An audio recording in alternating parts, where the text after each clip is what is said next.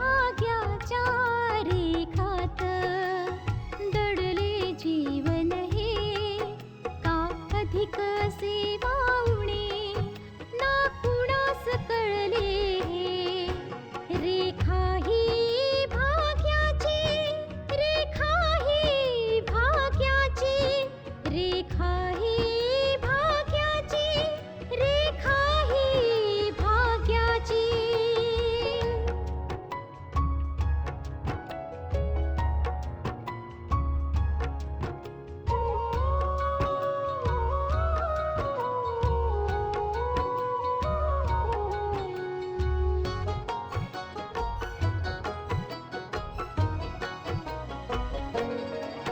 कापुलाच चेहरासा दिसतोय परक्याचा.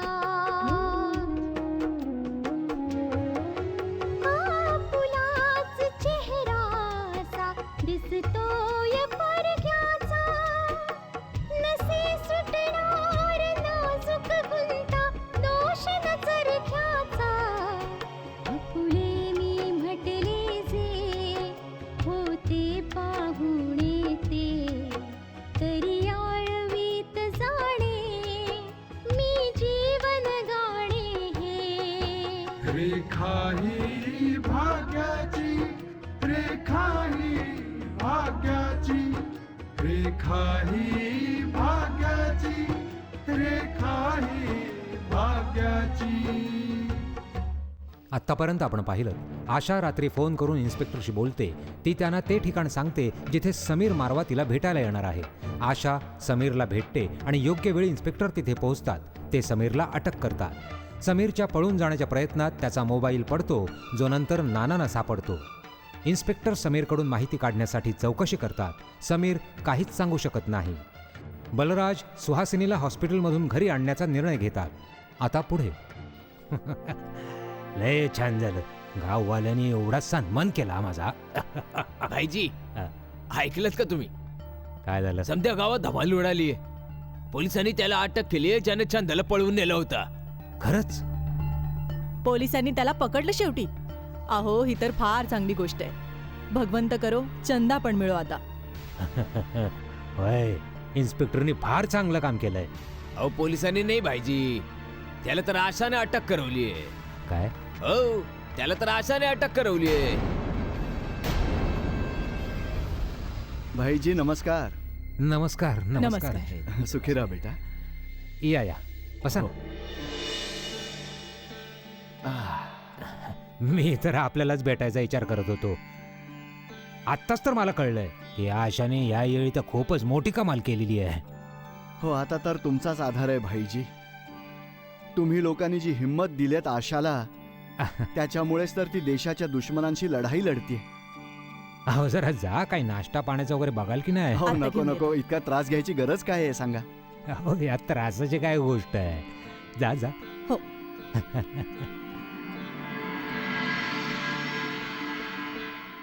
आपण आमचे पाहुणे आहात आणि आपल्या देशात, भारतात पाहुणा नेहमी भगवंता समान असतो. हो, अगदी बरोबर बोललात तुम्ही. अतिथी देवो भवा. पण पहा ना, आजकाल जमानाच बदलून गेलाय. आपल्या संस्कारांना झालाय काय नक्की? सगळ्या लोकांना वेळोवेळी ही आठवण द्यावी लागते की अतिथी देवो भवा. मी हा विचार करतोय की इतकं मोठं काम आशाने इतक्या सहजपणे करून टाकलं, आणि ते बी इतक्या लवकर. काय भाईजी, सगळं बदलून गेलंय. जमाना बदलून गेलाय. अपराध करायच्या पद्धती बदलून गेल्या.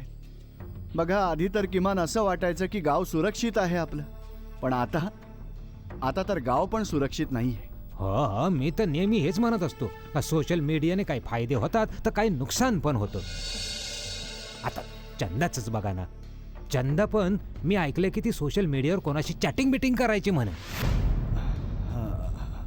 तुमचं बरोबरच आहे, पण भाईजी, प्रत्येक गोष्टीच्या दोन बाजू असतात. सोशल मीडियाची ही दुसरी बाजू आहे बघा. हा, मी हा विचार करत होतो की आशा इतक्या लवकर त्या टोळीपर्यंत कशी काय पोहोचली. आता तर एकच इसम पकडला गेलाय. आता पाहूया काय होत आहे. आता पोलीस त्याच्याकडून काय माहिती मिळवतात हे तर काळच सांगेल. तसंही मी इन्स्पेक्टरना भेटायला चाललोच होतो. म्हटलं तुम्हालाही भेटून घ्यावं. घ्या चहा घ्या. थँक्यू.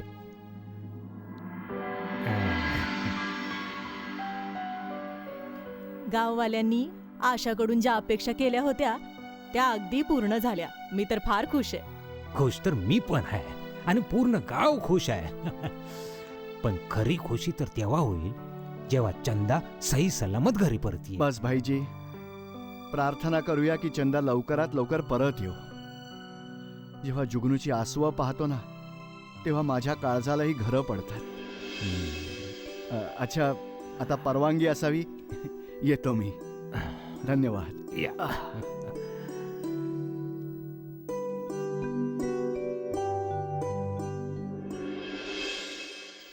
मावशी, हा समीरचा मोबाईल आहे. तो मुलींना ह्याच मोबाईलने कॉन्टॅक्ट करत असे. ह्या मोबाईलमधून आपल्याला काही ना काही क्लू नक्कीच मिळेल. मग आता काय करणारस तू? मावशी, काही ना काही क्लू शोधायचा प्रयत्न करते, पण सर्वात आधी हे लॉक उघडणं गरजेचं आहे. पण लॉक कसं उघडणार? मी तुला म्हटलं होतं ना, माझा तो बँगलोरवाला फ्रेंड, त्याने मला सांगितलं होतं की जेव्हा कधी कुठल्या मोबाईलचा लॉक उघडायचा असेल ना तर काय करायचं. बस तेच ट्राय करते. हे बघ, उघडला लॉक. हे तर फारच छान झालं. लवकर पहा यात तुझ्या कामाचं काय येते. खरंच चंदाचा पण ठाव ठिकाणा कळू. पत्ता कळेल ग मावशी, डोंट वरी. ह्या मोबाईलमुळे आपल्याला कुठला ना कुठला क्लू नक्कीच मिळेल बघ. मी याचा पूर्ण डेटा चेक करते. ठीक आहे, शोधायचा प्रयत्न कर. हो मावशी, हे बघ कितीतरी मेसेजेस आहेत, पण हे सगळे कोड वर्ड मध्ये लिहिलेले आहेत. हे काय आहे? DT34. हे तर वाचणं पण मुश्किल आहे. पण तुलाच हे समजून घ्यावं लागणार ना. हो मावशी, मी समजून घ्यायचा प्रयत्न तर करते. हे बघ, नोटपॅड पण आहे. ह्यात काय लिहिलंय? काय लिहिलंय? अगं, हे देखील कोडवर्ड मध्ये लिहिलंय. हो, पण तू बघ, मी या कोड लँग्वेजची नक्की फोड करेन. माहित नाही बाबा अजून पोलीस स्टेशनला पोहोचले असतील की नाही. मावशी, अगं नानू आधी भाईजींना भेटायला जाणार होते, मग ते पोलीस स्टेशनला जाणार होते. पण मला असं वाटतंय की पोलिसांना अजूनपर्यंत काही खास समजलं नसावं, नाहीतर त्यांनी आपल्याला फोन नक्की केला असा. आता बघूया नानू आल्यावर काय सांगतात ते.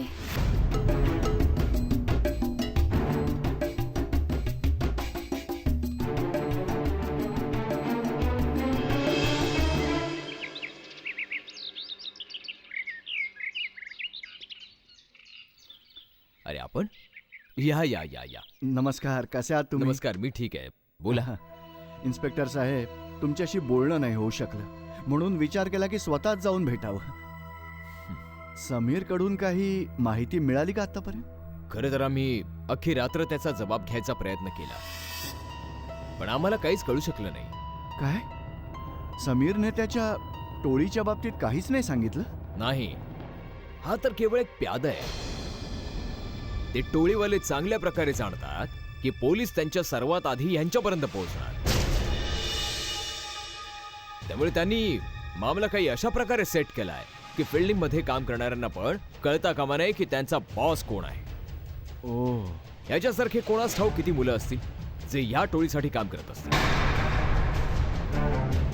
आणि समीरने सांगितलं की त्याला एका मुलीला पळवून आणण्याच्या कामापोटी 50,000 रुपये दिले जातात आणि मुलीला ते कुठेही कुठल्याही ठिकाणी बरोबर घेऊन जातात.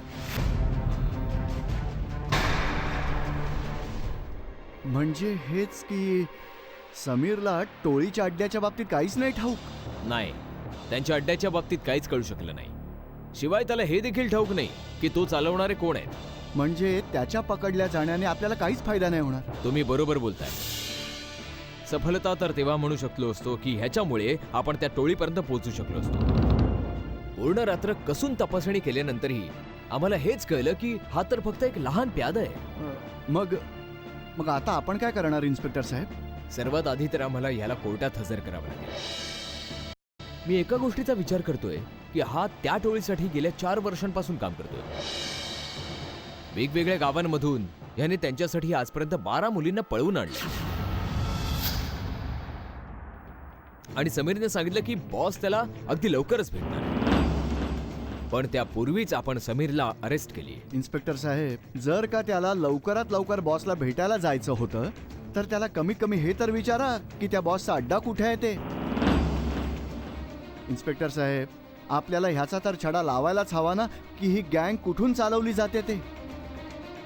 इथून चालवली जाते, शहरातून चालवली जाते, किंवा मग ह्याचे धागे कुठे बॉर्डर पलीकडे तर जोडले गेले नाहीयेत ना, कारण बॉर्डर सुद्धा फार जवळच आहे ना.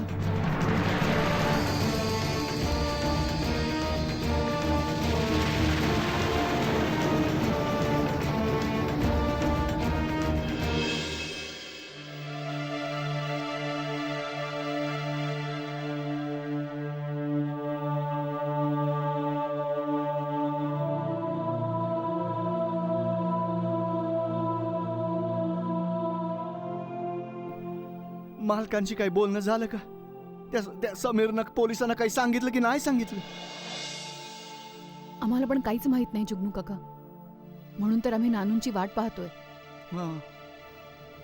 अच्छा, काही दिवसांपूर्वी अजून एक मुलगी गायब झाली होती ना? अवय, तिचा पण काय पत्ता नाही लागला बघा.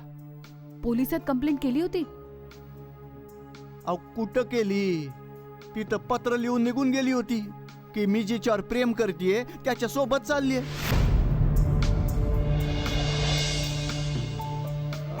पोलिसांनी तर तपास बिपास केलाच नाही. तिच्या घरच्यांना मी भेटू शकते?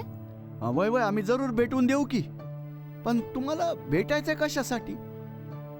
खरं तर मला तिच्या घरच्या माणसांना भेटून विचारायचंय की त्यांनी आपल्या मुलीला कोणा मुलासोबत पाहिलं होतं का, आणि तो समीर मारवाच तर नव्हे. कारण जर तो समीर मारवाच असेल तर पोलिसांचं काम आणखीनच सोपं होऊन जाईल, आणि मग समीरचे वाचायचे चान्सेस आणखीनच कमी होतील. हा वय वय, जेव्हा तुम्ही सांगाल त्याला बोलावून घेईन आणि भेटवेन तुम्हाला. नाही नाही जुगनू काका, मी स्वतः जाऊन भेटेन त्या लोकांना. होऊ शकतं की तो कोणी वेगळाच असेल, आणि जर ते लोक इतकी मोठी टोळी चालवत आहेत तर मग त्यात एकच माणूस तर नसेल ना. मोठी मम्मी, त्यांचे एरिया वाटून दिलेले असतात. शिवाय त्यांच्या एरियातून मुलींना फूस लावून पळवायचं काम एकालाच दिलेलं असतं. दोघं पण असू शकतात, पण मला त्या लोकांना भेटून कन्फर्म करायचंय. मला वाटतंय की इथे हे काम समीरला दिलं असावं. जर तुला असं वाटत असेल तर तुला मुलीच्या आई वडिलांना अवश्य भेटायला हवं. मोठी मम्मी, जर समीरकडून काही कळलं नाही ना तर आपली मेहनत आणखी वाढणार आहे. ऍक्च्युली आतापर्यंत तर ती टोळी आणि तिचा बॉस दोघंही सावध झाले असतील.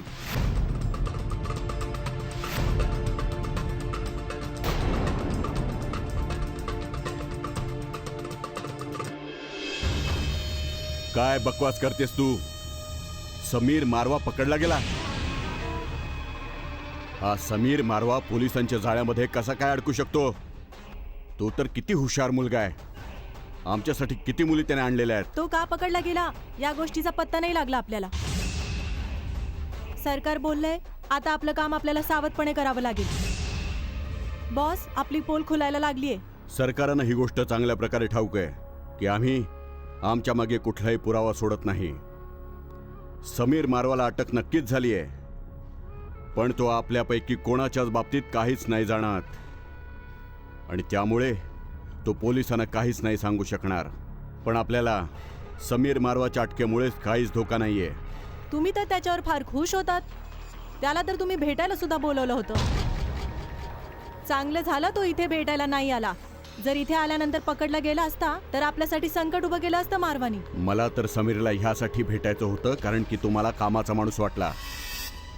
पोलीस त्याच्यावर कधी हात नाही टाकू शकली. यासाठी मला वाटलं की मी समीर मारवाला भेटावं. आपल्या ग्रुपला वाढवण्यासाठी हे पण फार गरजेचं होतं. हुजूर, सरकारने सांगितलंय की जर समीरच्या अटकेमागे कोणाचा हात असेल तर त्याची सगळी डिटेल आपल्याला मिळून जातील. समीरने ज्या मुलीला पळवून आणलं होतं ना, त्या मुलीचं नाव चंदा आहे. बॉस, यावेळी ती मुलगी आपल्या कस्टडीतच आहे. फार जिद्दी मुलगी आहे ती. मी तिला भरपूर लालच दिलं, चांगल्या आयुष्याचं स्वप्न पण दाखवलं, पण ती काही ऐकायला तयारच होत नाहीये. असं वारंवार होतं रेटा. मुली आधी नकार देतात, पण नंतर त्यांना मानावंच लागतं. तू तिला तुझ्या पद्धतीने समजाव. हुजूर, समीर मारवाला अटक झाल्यामुळे सर्वात आधी आपल्याला चंदाला पाठवून द्यायला हवं. कारण की काय, त्याला अटक झाल्यामुळे ही गोष्ट पूर्णपणे उघड झालेली आहे की चंदाला फसवून पळवलं गेलंय. तू बरोबर बोलतोस मंगल. चंदा इथून कुठे दुसरीकडे नाही जाणार, सरळ बॉर्डर पार जाईल. ह्यावेळी ज्या मुली आपण इथून पाठवू, चंदाला पण त्यातच पाठवायचं आहे. चला पाहूया चंदाचं काय म्हणणं आहे.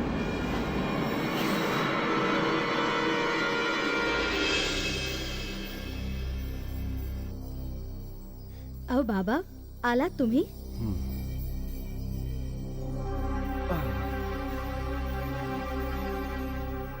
काय झालं हो बाबा?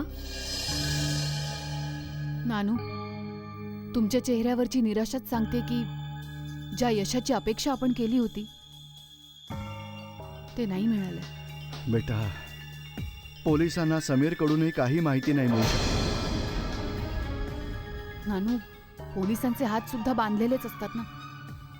कुणी काही टीका केली की पोलिसांवर आरोप व्हायला सुरुवात होते. अशा आरोपींकडून सत्य वदवून घेणं इतकं सोपं नसतं नानू. बेटा, इन्स्पेक्टर म्हणत होते की समीर फक्त एक प्यादा आहे,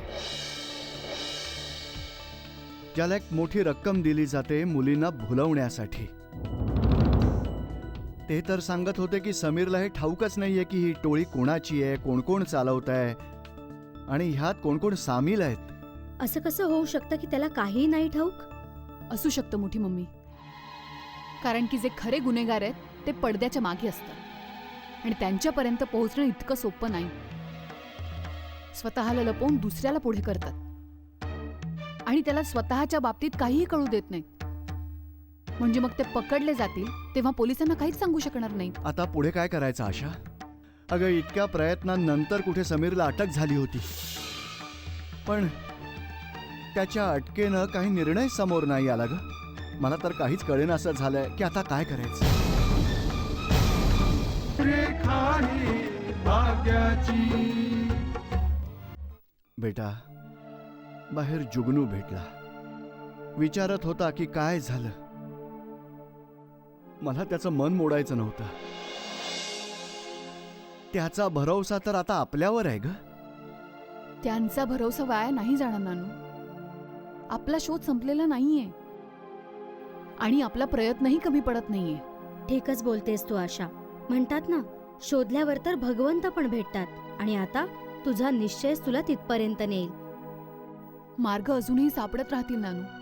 आणि एकदा जर मार्ग दिसू लागला तर समजून जायचं आपण ध्येयापर्यंत पोहोचलो. मी जुगनू काकांची उमेद तुटू नाही देणार.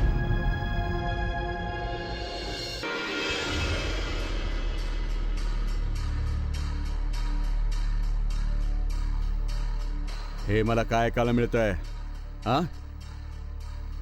तुम्ही सर्वांनी आपलं आयुष्य बदलण्यासाठी स्वतःचं पाऊल घराच्या बाहेर ठेवलं आणि आज तुम्ही त्याच गोष्टी मान्य करण्यासाठी नकार देत आहात. मला कुठेही जायचं नाहीये. कशी कुठे नाही जाणार तू? हे बघ मुली, मूर्खपणा नको करूस. माझं म्हणणं समजून घ्यायचा प्रयत्न कर. आयुष्यात अशी सुवर्ण संधी वारंवार नसते मिळत कधी. आम्ही तुला जिथे पाठवत आहोत तिथे तुझं आयुष्य स्वर्गाहूनही सुंदर बनून जाईल.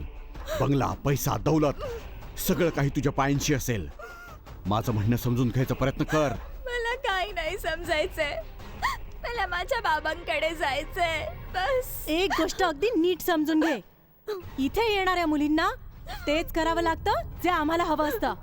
समजलीस? तू इथे विचार करून आलीस खरी, पण इथून जाऊ शकत नाहीस तू.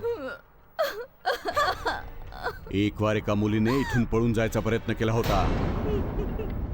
ती मुलगी तिच्या घरच्यां जाऊन भेटली, पण तिचा चेहरा विद्रूप केला होता. आयुष्याची माती झाली होती तिच्या. आणि तुमच्यापैकी कोणी इथून पळून जाऊ शकेल असं तर तुम्ही स्वप्नातही विचार करू नका. हाच विचार करून घराच्या बाहेर पडली होती ना तू, की गावामध्ये कसं लाईफ मिळेल, चांगलं आयुष्य जगायचं ना तुला. आयुष्याच्या सगळ्या सुखसुविधा पाहिजेत ना तुला, तर मग आम्ही देतो ना तुला. आम्हाला केवळ तुझं आयुष्य नाही सुधारायचंय. आम्ही कोणाला तरी शब्द दिलाय. तुझा फोटो त्यांना फार आवडलेला आहे. मग आम्ही नकार नाही देऊ शकत. जावं तर तुला लागेलच. तू एकदा विचार करून हा निर्णय घे किंवा 1000 वेळा विचार करून निर्णय घे. तुला तर जायचं तिथेच आहे जिथे आम्ही लोक पाठवू. समजलीस तू? कलेटा,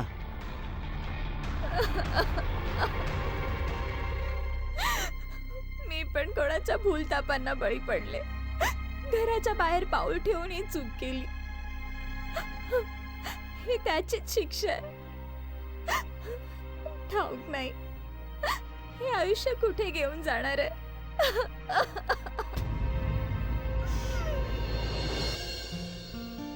हळूहळू, सावकाश सावकाश. सावकाश.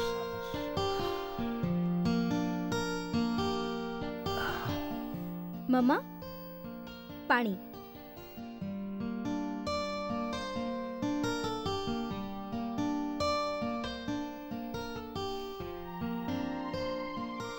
किती छान वाटतंय ना सगळ्यांच्या बरोबर घरात परत येऊन. रिद्धिमा, मी तुला फार त्रास देते ना? नाही मम्मा, घर सांभाळण्यात काय त्रास आहे? आणि ठाऊक आहे मम्मा, आज तुझ्या येण्याच्या खुशीत तुझ्या आवडीचं जेवण बनवलंय.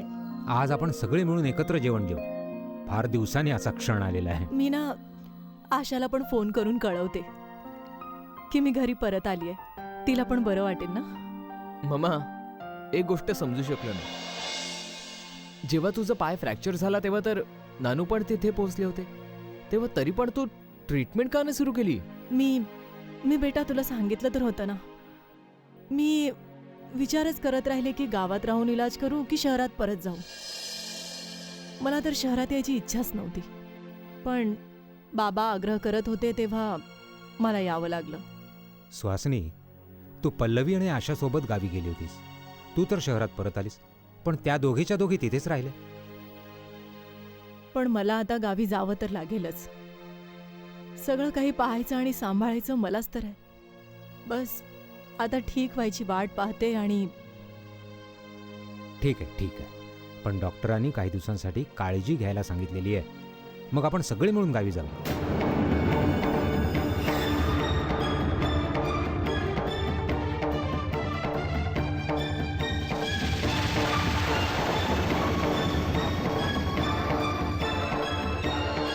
रेखा ही भाग्याची. प्लीज पल्लवी, शोध त्यात काहीतरी क्लू, काहीतरी मार्ग मिळेल. जर आपण जुगनू काकांना सांगितलं की आम्ही चंदाला नाही शोधू शकत आहे, तर ते जिवंतपणी संपून जातील. आशा, तू इतक्यात हार मानलीस का? नाही पल्लवी, मी हार नाही मानली. मग तू असं का बोलतेस की आपण चंदाचा पत्ता नाही लावू शकत? हे बघ, आपण एखादी गोष्ट ठरवली ना की आपण ती करतोच.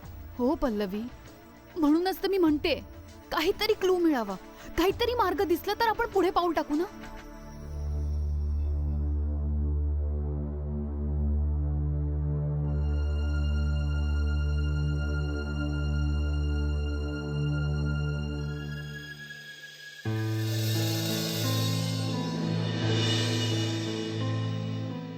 तुम्ही लोक तर आम्हाला सांगू इच्छित नाही ना, पण आमच्या समद लक्षात येत आहे. पा तुमच्या चेहऱ्यावरची काळजी बघतो ना आम्ही. आम्ही समद समजून गेलो. इतका कशापायी त्रास करून घेतोय.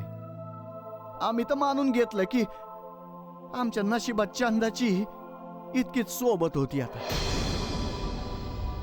असं का बोलताय तुम्ही काका? जाऊ द्या हो ताई, आम्हाला आमचं स्वतःचं खोटं समाधान नाही करायचं. बघा, आम्हाला ते पण नको की आमच्या चंदाच्या कारणाने तुम्ही लोकांनी तुमचा जीव धोक्यात घालावा. जुगनू काका, आम्हाला जे करायचंय ते तर आम्ही नक्कीच करणार. आठवतंय तुम्ही मला काय सांगितलं होतं? तुम्ही आमचे उपकार कधीही विसरणार नाही. आणि मग मी काय सांगितलं होतं? आम्ही हे सगळं फक्त तुमच्या मुलीसाठी नाही करत आहोत, उलट हिंदुस्थानातल्या प्रत्येक मुलीसाठी करतोय.